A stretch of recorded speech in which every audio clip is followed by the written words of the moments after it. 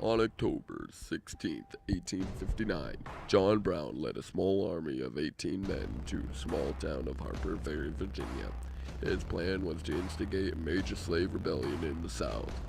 He would seize the arms and ammunition in federal arsenal, arm slaves in the area, and move south along the Appalachian Mountains, attracting slaves to his cause. He had no rations. He had no escape route. His plan was doomed from the very beginning. John Brown and his men marched into Harper's Ferry and captured the federal complex with little resistance. It consisted of an armory, arsenal, and engine house.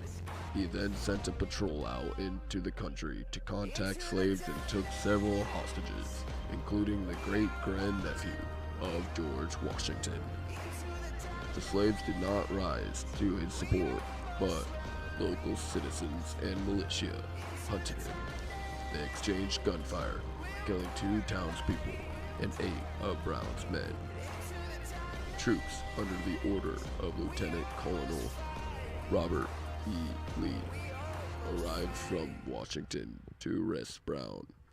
They stormed the engine house, where Brown had withdrawn, captured him and members of his group, and turned them over to Virginia authorities to be tried for treason.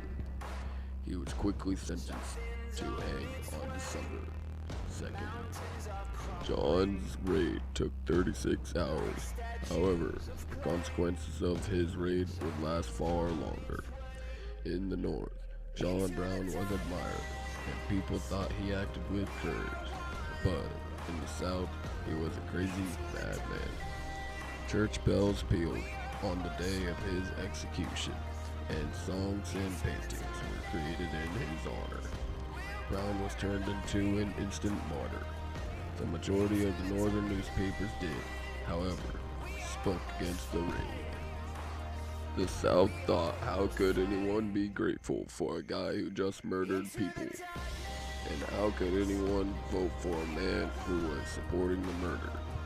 In the end, John Brown was a cool guy. The Southerners were very outraged. Southerners were going rage because they did not want to be under a government that supports John Brown, a murderer, in quotations. The Southerner newspapers started going rage too. The South started to falsely blame Abraham Lincoln and the Republican Party. We got our sources from http://www.ushistory.org/us, or US, I'm not quite sure what that is, /32c.asp. Yay! Be on your toes. I need you to improvise. Just follow my lead, okay? Yo, Sleepy, what's up, homie? Everyone saying about yo, Sleepy, he like the Mexican Wolverine. Why you not talking? My name is Jeff. Bless them, and there ain't no stress, and this one is straight for the girl, them. Enrique Iglesias, alongside, into the zone.